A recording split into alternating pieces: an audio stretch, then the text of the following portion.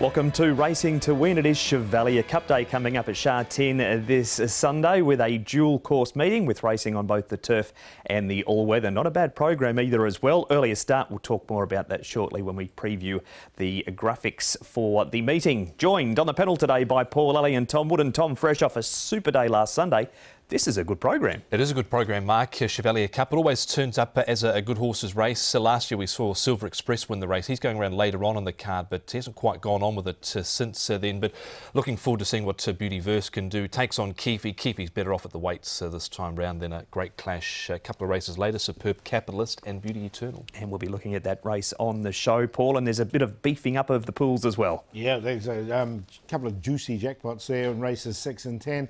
That's the $1 million going to both those races in the quartet, first 4 merged pools. So, as you say, a bit of beefing up there as well. And look, throughout the card, there's a sprinkling of first starters, and a few of them are quite interesting, I thought. They are indeed. A number of them do feature in the first. A couple later in the program have also raced in other jurisdictions. We do have a couple that aren't running though, and they include race 2, number 6, Happy Matador, has been replaced by Brave Power. Angus Chung takes the ride on Brave Power, and the other withdrawal is race 8, number 12, Imperial McGee. Looking cool comes into that race, so a nice pickup ride for Matthew Chadwick in the 8th with the scratching of Imperial McGee.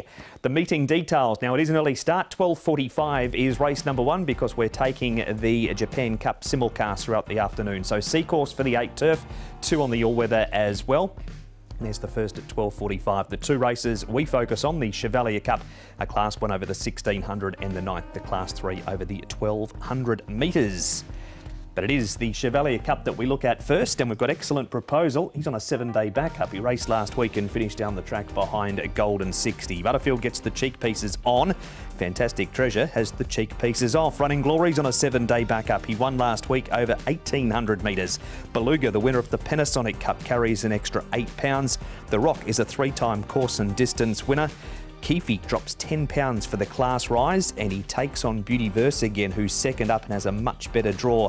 And CP Brave, all of his wins and placings in Hong Kong have been over this course and distance of 1,600 metres. Now, the speed map here, Tom, we've got a noted leader in the race in All for St Paul's. Yes, he does like to go forward, and he can be dangerous off the front to All for St Paul's. So comes up into a Class 1 for his very first assignment here. Beauty Verse, Paul, a horse not known for leading up in Australia prior to arriving. Zach summed up the situation and went forward with him last time out. I wonder if they do the same again this time round. Yeah, so it worked, didn't it? And they've got a good draw, so they might take advantage of that good draw.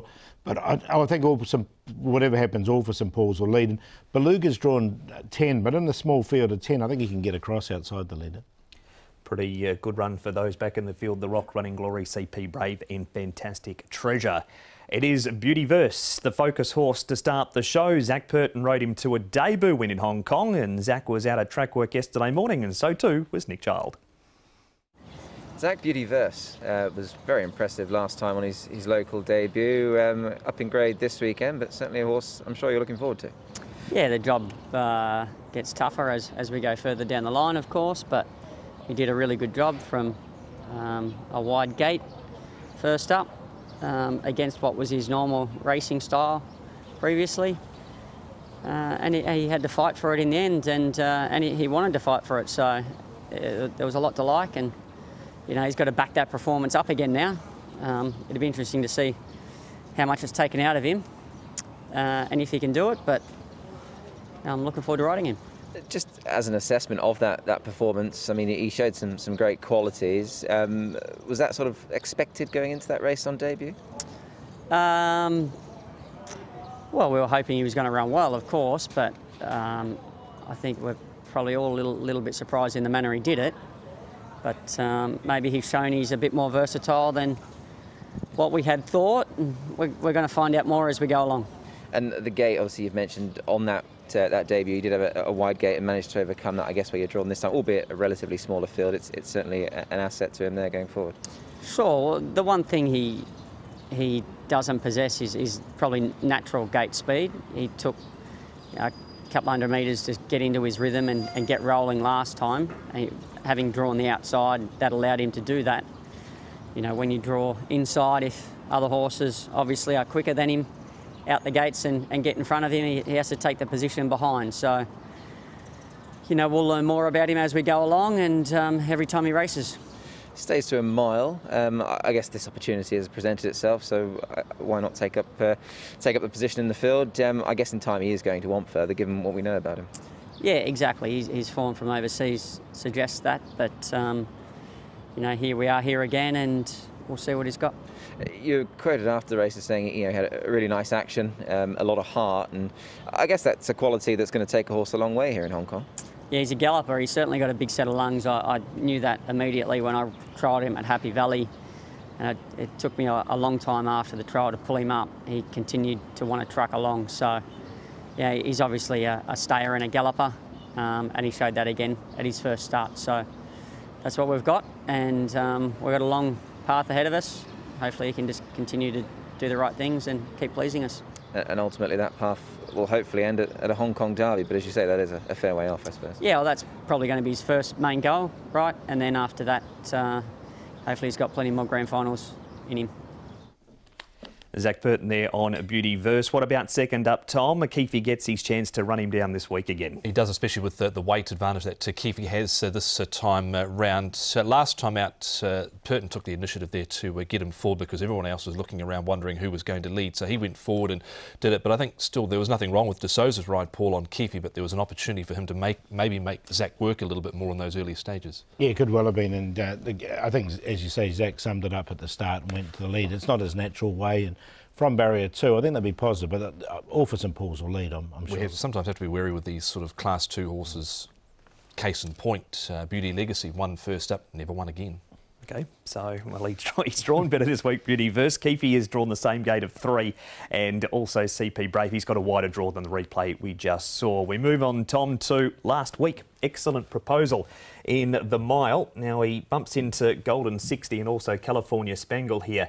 He's never raced on a 7-day backup before, but he has won on a 2-week backup previously. He has, and so this race hasn't been a great stepping stone for horses heading to international. I don't think of the last 10 runnings, I think only one horse that's come through this race has gone on to place, and he was back in the field here, Paul. Been a long time since he's won. He'll bob up sometime, but I don't think it's going to be here. Yeah, I tend to agree as well. I mean, it's almost 2 years since he won. He won January 2021, so look, he hasn't had any relief in the ratings as well because he's sort of been consistent. So, I mean, when he did win that race, he was off a rating of 98, and he's rated higher than that 2 years later at 103.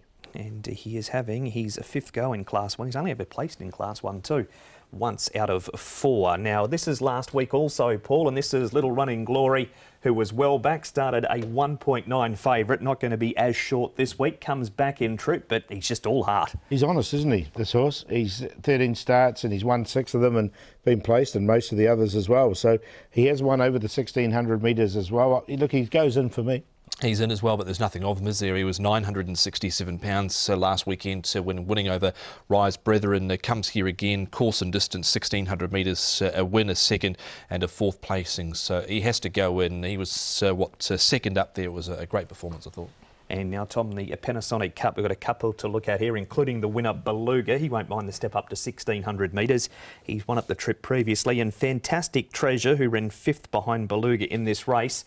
There he is, just trying to find a little bit of room between the winner and also Blaze Warrior. Case in point with this horse again last start, he's just a horse that goes so well the second up. He cruised into it, and when the horse on his outside, Blaze Warrior, looked like he'd headed him, he fought back really hard, I thought, Beluga. So he goes in again, Paul. Yeah, I like him actually in this because he does hold his form once he wins. He showed us that last season.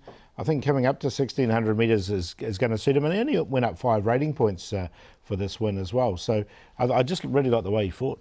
Fantastic Treasure was pretty fair when he did get out. He didn't do much. I'm not convinced about him at a mile. Yeah, I agree. Here's the leader in the race, Paul, all for St Paul's. They've left him alone in front before and he's been able to see it out. What about the swoopers this week? Is he going to be vulnerable? I think he might be. Look, I do really like the horse, and we all like a front runner that sort of really fights, don't we? And this horse has been consistent.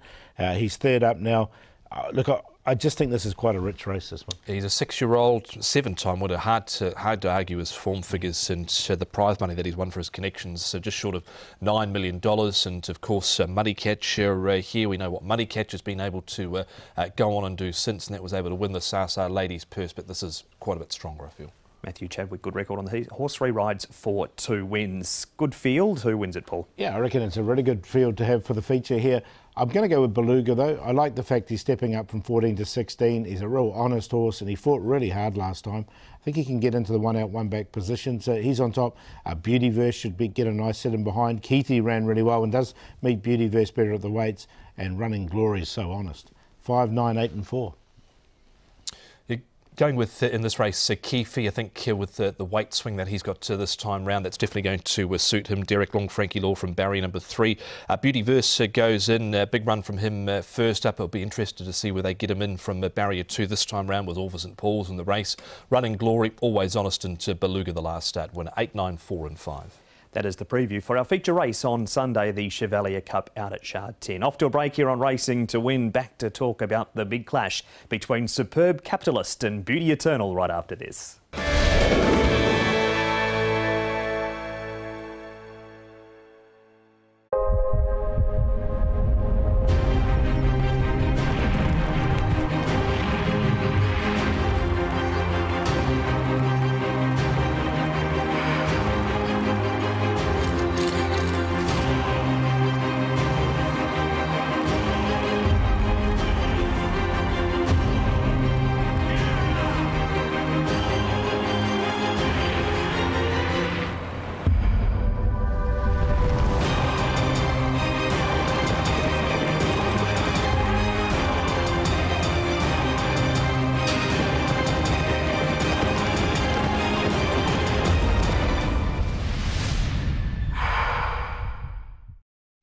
And for more on HKIR Hong Kong Direct this week, Nick Child was joined by Greg Carpenter, the new head of racing product, to go through the selected runners for the big day coming up at Sha Tin. Right, we now move on to race number 9. You can find it on the website hkjc.com and click on audio and video. The 9th we look at here, we've got Cape Breton, a newcomer, was trained by Chris Waller under the same name. Won over the 1250 at Canterbury, 1400 Rose Hill and Kensington. Rev Parisian raced wide last time. Solar wins last 2 at Happy Valley. Superb Capitalist carries £3 less than that slashing debut win. Beauty Eternal, a wider draw. Ariel, he goes from the 1,000 to the 1,200. Golden Artie won over the 1,200 at Doomben. He's had 1 start here. Highly Proactive has placed a 2 from 4 second up. So that is a look at race number 9. Now the speed map here. The 2 horses that we focus on here, Tom, Superb Capitalist goes straight to the front again, and Beauty Eternal might not be too far away. Yeah, he shouldn't be too far away this time round. You'd think maybe a little bit better than mid to field here, Beauty Eternal, possibly up at the pointy end here, because he want to have Superb Capitalist in his sights, who jogged up last time, Paul, and with the claim he's only got, 3 extra pounds to carry. Yeah, exactly. A lot of it, I think, depends on what Highly Proactive does as well, because if he wants to go forward, I think Beauty Eternal can probably slot it right in behind Highly Proactive. So I think those two, it's possible they could be the other way around, but Superb Capitalist, whatever happens, I think will lead. All right, we're going to focus on Beauty Eternal first of all. Zach Person, no room for him late in the straight last time. We'll see what he made of that run, where the favourite was a short price defeat. Zach, Beauty Eternal, one of your rides this weekend. It's building up to be a really good clash with Superb Capitalist, but more on your mount, of course. In what he's done so far, he's not done a great deal wrong, though terribly unlucky last time. Yeah, he's been impressive in both his runs. Obviously, he travelled wide at his first run and did a good job, and last start things didn't go his way, but I think he showed us again that he's a talented horse, and he showed us that he's quite brave as well. He didn't shirk the task when there was a tight run there for him to take, so that was pleasing, and it's going to hold him in good stead going forward. I mean, just on last time, of course, I mean, I guess that's racing, isn't it? Things sometimes obviously don't go as planned, and I imagine you probably get off the horse and think, well, what might have been, but with a guy like this, he's clearly very progressive, so going again is obviously, the next step. Yeah, like you said, that's racing. Sometimes it goes your way and sometimes it doesn't, and it doesn't help when other jockeys are out there making it difficult for you as well. Instead of trying to win the race themselves, they're more concerned about what I'm doing. So, that adds an extra element to it. But in this race, when you've got 2 good chances in the race, obviously one is going to be leading. They're going to have their eyes on both of us. And I think Superb Capitalist showed that he likes to roll along. He's got good speed, so it might open the field up a little bit more for us. The one thing my bloke hasn't done for us yet is begun well and put himself in a spot. He always finds himself struggling to get his rhythm early and get going. So, you know, that's something that he needs to improve on. But also in time, I think he's going to want further as well. I think he's just running at a distance that is a little bit sharp for him. So it probably plays into the hands of Superb Capitalist, being an on-pace runner up there out of luck with the rail position where it's going to be. And we're going to have to do everything to try and chase him. So it's going to be a good race. Hopefully we can both have even luck and we'll see what we come up. Luck the word, Tom. We're going to go back and look at the replay again now of Beauty Eternal. Last time we saw it during the interview, we maybe need a little graphic on the screen that sort of contains horror themes, this. Yeah, it was not pretty watching it all for punters who had taken Beauty Eternal. They're probably lucky to stay on his feet just before the 400 metres, and it's probably debatable whether there was a gap there or not for him. And in the end, he's only been narrowly defeated here, Paul. It was some win, and of course good buddies come out of the race, and one, it's been a good form race, I think, this one going forward. Yeah, no, definitely. And look, he just had no luck whatsoever. Dead end there, dead end, and once he managed to get his head through, you know, he would have won the race with a clear run. I think that's what we can say with that one. Here's the head-on of it, Paul. You'll see the run's not quite there on the inside. Actually dipped quite badly at the top of the straight and maybe half lucky to start his feet, but he was in front of the other horses a couple of strides past the post. He was going that well. Yeah, Zach's made the point there that the horse is brave, and the horse picked itself up after having that little stumble as well, and he still managed to go through the gaps, or he wanted to go through the gaps. The gap just never appeared, and you can see him just really putting his head through, and just appeared too late. Yep, certainly did, and there was a lot to like about the run. Probably should have won by 2 or 3 lengths. Off to the Kensington track at Randwick in Australia. Tom, this is Cape Breton. He won over the 1,400 metres there. I think Chris Waller had a decent opinion of this horse. He's unplaced in one run over 1,600 metres prior to arriving. So here they kick him off over 1,200 metres. Obviously have a desire to get him towards the 4-year-old series. He was 4th in a stakes race, Paul, at Eagle Farm, and then was 5th in the Queensland Guineas. Yeah, look, he's had the 2 trials. He's 1170 pounds. So I just wonder if this is a stepping stone, a starting point for him over the 1,200 metres. Both the trials up at Chung Fei, you can see him at the back here. He was pushed out a little bit in that last trial, I thought. So just happy to watch him go round here. He's coming off a rating here of 72 and has 130 pounds to carry. So we'll see what he can do first up. But they did have a reasonable opinion of him, I think, in Australia. WizKid's the winner of that trial. His other trial, he ran 6th behind Jumbo Fortune, was midfield and faded late to finish last of the 6, beaten about 3.5 lengths. We've got more Sha Tin action here, Paul. This is Speedy Mouse running 4th. He's only had the 1 start this season. Yeah, so he'll strip fit after this run as well. And look, he finished off this race quite nicely, I thought, as well. So stepping up to 1,200 metres looks ideal for him. We know he is quite a speedy horse as well. So, look, I'll include him on the minor line. Yeah, I thought this was a pretty good performance from him because he was first up since the 16th of January here, and you can see he's still running through the line to the end. He was 4th place there, only just missed out on 3rd, so I thought it was a pretty good effort from him. He's not a horse that strikes you as a 1,000-metre horse either, Speedy Mouse. He's up to 1,200 metres. This is Superb Capitalist Tom. His debut was stunning. Yeah, outstanding. Yeah, this horse here, race number 159, was in front, cruise control really for Angus Chung. Didn't have to really move a muscle aboard the 3-year-old by Capitalist, who are proving to be quite popular here in Hong Kong. And now plenty of them were sold at the recent sales and bought by Hong Kong buyers. And look, he was too strong for them here, Paul.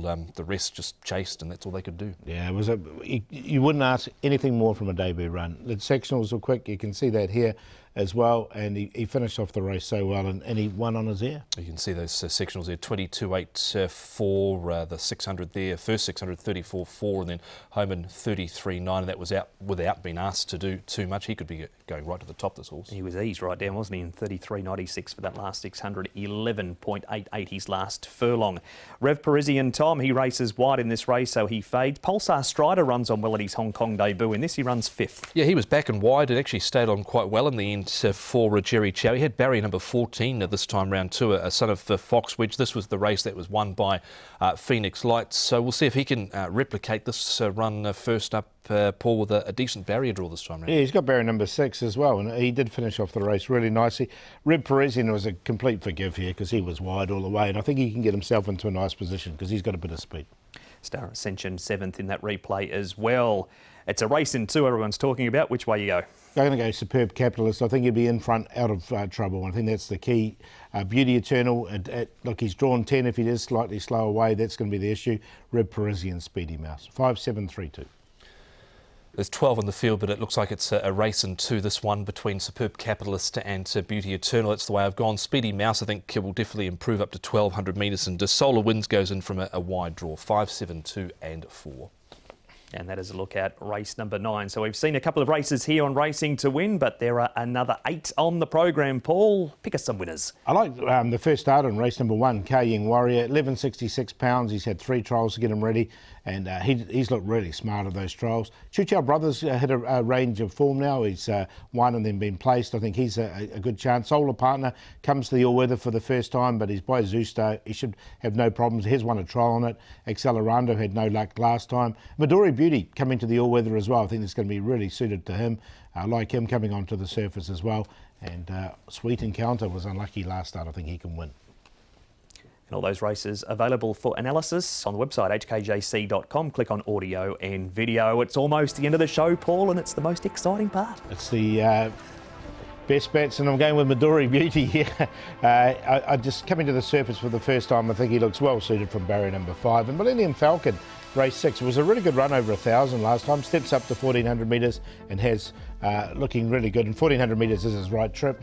Race 8, the play, Quinella Place, Powerful Wings, Happy Daily, Sweet Encounter, 5, 10, 11. Mark did so well to build that segment up also. Keefe, race 7, number 8 for Derek Lung and Frankie Law. Narrowly was defeated last time out. Can turn the tables here. Best for You, it turns up at about this time of the year, does best for you in Class 5. His last win was off 41. And in the first race, Baby Crystal, Kaying Warrior and One for All, the QQP. Going to stick with Ching. He was very unlucky last time. Race 6, number 5. He's got a beautiful draw of 1. Luke Curry on board for Michael Cheng. Horse in the first, always beautiful for Chris So. Hasn't been asked to do too much in the trials and gone to the line under a nice hole. Matthew Chadwick takes the ride and the play. Race 6, 2-1 Voice. 4 Millennium Falcon up in trip looks ideal, and 5 Ching, 2, 4, 5 in a QP. That has been Racing to Win. We're back to Happy Valley for another light show on Wednesday night, Tom. Yes, we are. Class 2, 1,200 metres should be the good contest there. Street Scream going back to the Valley, Paul, again. Yeah, Neves too going to the Valley for the first time as well. But we'll be at Sha Tin tomorrow. Great card, Chevalier Cup Day. That's been Racing to Win. A reminder, the earlier start time of race 1, 12:45.